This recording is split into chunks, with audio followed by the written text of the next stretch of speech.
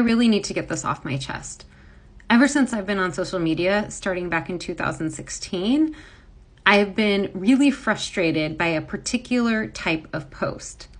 And you might say, who cares, lady? Who are you? And why does that matter? Let me explain. Okay, here is the general type of post. I'm not throwing shade at the person who created this particular one, which is why I removed their name and kind of scribbled out the picture. The general idea of posts like this is to tell women how we should act differently. And that if we act differently, we will be more empowered or successful or more likely to be seen as leaders.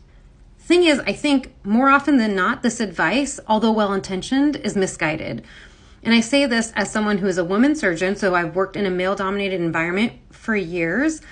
And perhaps more importantly, I studied gender stereotypes in that context for my PhD. I earned a PhD studying this stuff. And the bottom line is that women do things like this, what's described in this post, like these minimizing behaviors, saying, oh, I'm not sure if this makes sense. Maybe this is a dumb idea, but I'm sorry to just take up a little bit of time here in this meeting, but I had this question. We do this stuff because that's what it takes for people to listen to us without hating us. And this is all because of the way people expect women to behave. They expect us to be meek and mild-mannered, but when we are in a position of leadership and we are trying to assert our own experiences and expertise, that rubs people the wrong way. So what do? We counter that by using these little phrases saying, to say to people, I'm safe.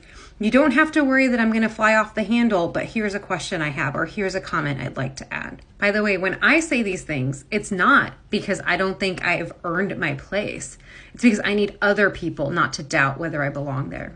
Let me be clear that I would love to live in a world like this, where we don't have to play all these games and add in exclamation marks and phrases suggesting we don't know what we're doing just so people will listen to us and not be offended that we're trying to do our jobs. I just think we're not in that world yet. So instead of spending all this energy trying to fix women who aren't even broken, what we should be doing is spending way more energy trying to fix the environments in which we work and the society in which we live to be one that allows women to display the full range of professional human behavior without paying a social penalty.